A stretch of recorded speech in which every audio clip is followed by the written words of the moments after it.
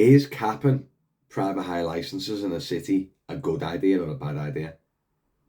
In this video, I'm going to cover it because it's got massive pros, but also it's got massive cons.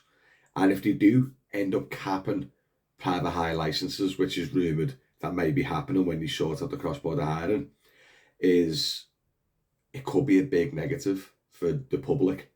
And also, I wouldn't say it's negative for the drivers per se, but definitely for the public, which will cause murder then and backlash to the council, and then the council will probably uncap it. So when you're capping the licenses, the stipulations you've got to follow and look into and make sure that it's all set up before you cap it. Glasgow's going through a struggle right now, which I'm going to cover in this video, and hopefully it'll give us an idea if it's a good or bad idea to cap the private hire licenses in each city.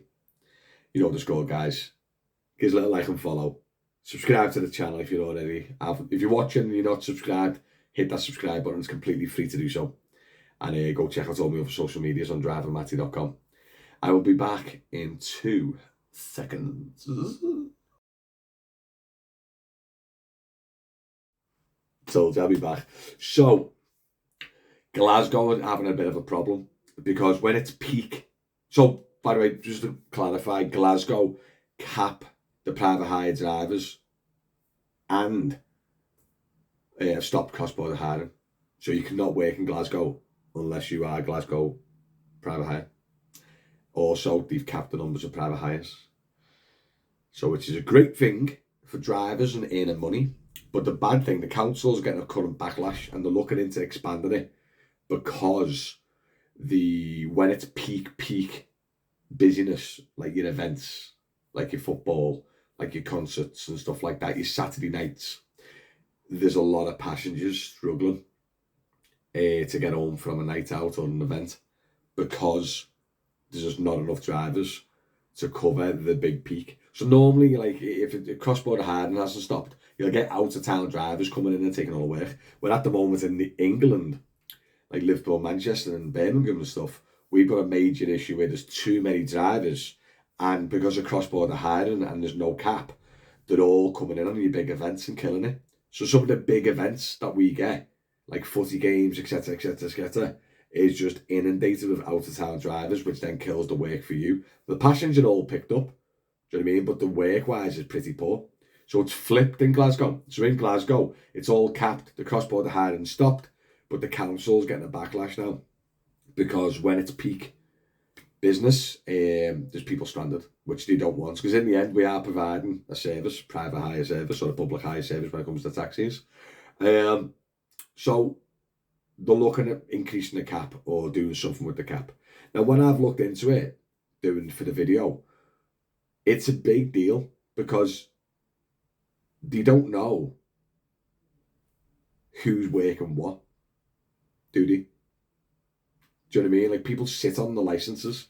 I know drivers personally that like might do a couple of hours on a Saturday night, or they might just sit on the badge and plate and work the normal day-to-day job to and have a taxi as a backup. So they're registered with the council as an active licensed driver, but they're not working or picking up passengers and stuff like that. So imagine if they just say it's a 4,000 driver cap or a 4,000 vehicle cap, right? How do you know 500 of them aren't even working no more?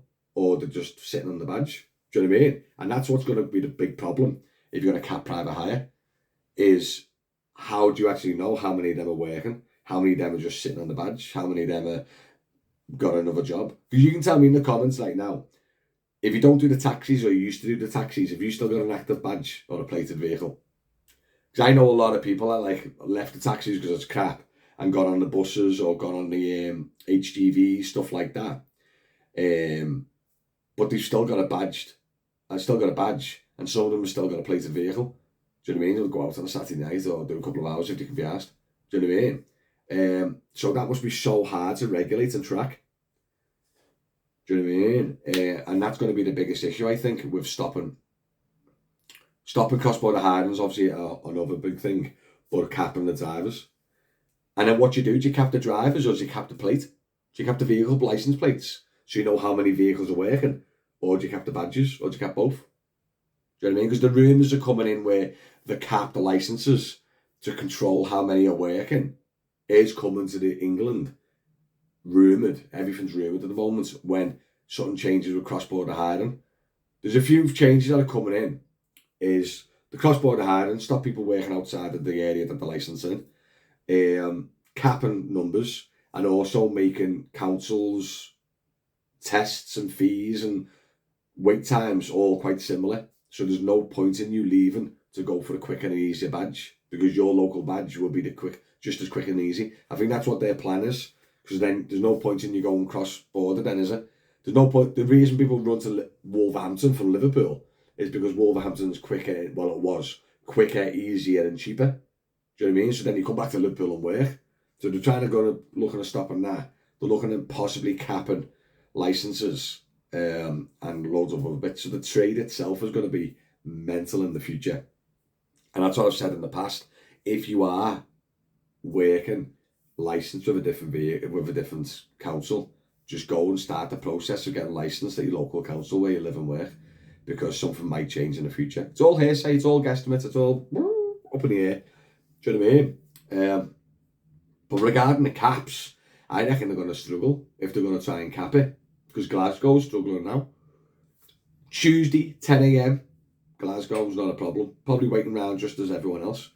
Do you know what I mean? Because the cap is a good cap. It's not like they've undercapped it where like the Glasgow drivers are just rammed all the time because there's not enough work. They put the cap in place where it's a balance of there's enough work for all the drivers, but they want to make sure all the passengers are picked up and dropped off. There's no stranded and left passengers. So that's the balance of the cap.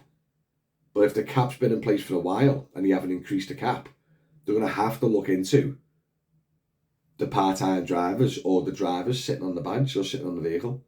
You've got to somehow work out that you've got to do a set amount of hours or you'll lose your badge or something. I don't know what they're going to do. But if they're bringing that's what I was trying to say at the start of the video. If you bring in a cap, you're going to have to work out a way of regulating the cap.